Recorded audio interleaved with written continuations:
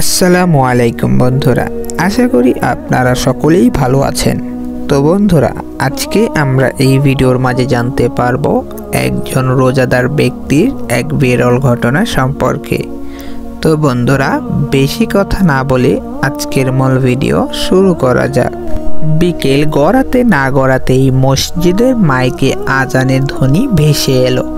ছোট্ট শহরটির অলিগলিতে রমজানের আবহাওয়া ছড়িয়ে পড়েছে। সবাই ব্যস্ত ইফতারের প্রস্তুতিতে। 12 বছরের ছেলেটি রাস্তার পাশে বসেছিল। মলিন কাপড়, খালি পা, চোখে একরাশ কৌতূহল। নাম তার ফাহিম।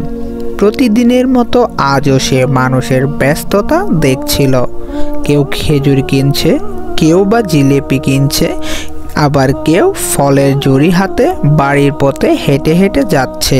হঠাৎ এক ভদ্রলোক তার দিকে এগিয়ে আসলো। পরনে পাঞ্জাবি, মাথায় টুপি এবং হাতে একটা বড় খাবারের ব্যাগ। তিনি ফাহিমের সামনে দাঁড়িয়ে মিষ্টি হেসে বললেন, তুমি কি আমার সাথে ইফতার করবে বাবা? ফাহিম একটু অবাক হলো। এতদিন কেউ তাকে ডাকেনি। সে লাজুকভাবে মাথা নাড়ালো। তখন ভদ্রলোক বলল, চলো আমার সাথে। আজ তুমি আমার সাথে মেহমান হয়ে ইফতার করবে। ফাহিম কিছু বুঝে ওঠার আগেই ভদ্রলোকের হাতের উষ্ণতা সে অনুভব করল। ছোট্ট শিশু মন তখন আবেগে ভরে উঠল। ভদ্রলোকের নাম আনোয়ার সাহেব।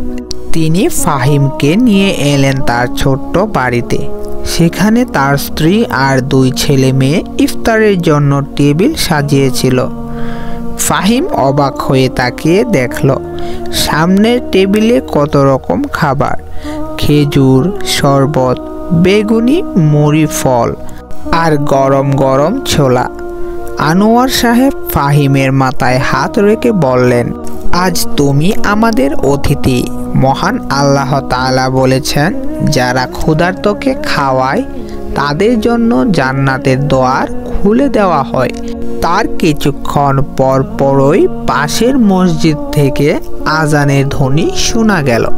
তখন সবাই আল্লাহর কাছে হাত তুলে মোনাজাত করল। ফাহিম প্রথমবারের মতো পরিবারের মতো ভালোবাসা অনুভব করল।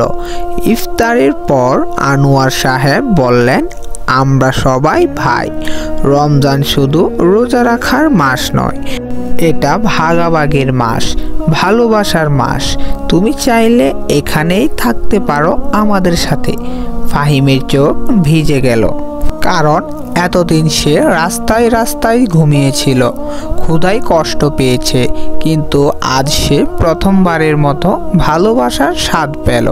তো বন্ধুরা, এই ছিল আজকের ভিডিওটি ভালো লেগে থাকলে অবশ্যই লাইক করে দিয়েন। চ্যানেলে নতুন থাকলে সাবস্ক্রাইব করে নিয়েন। আজকের মতো এখানেই বিদায় নিচ্ছি। আল্লাহ হাফেজ।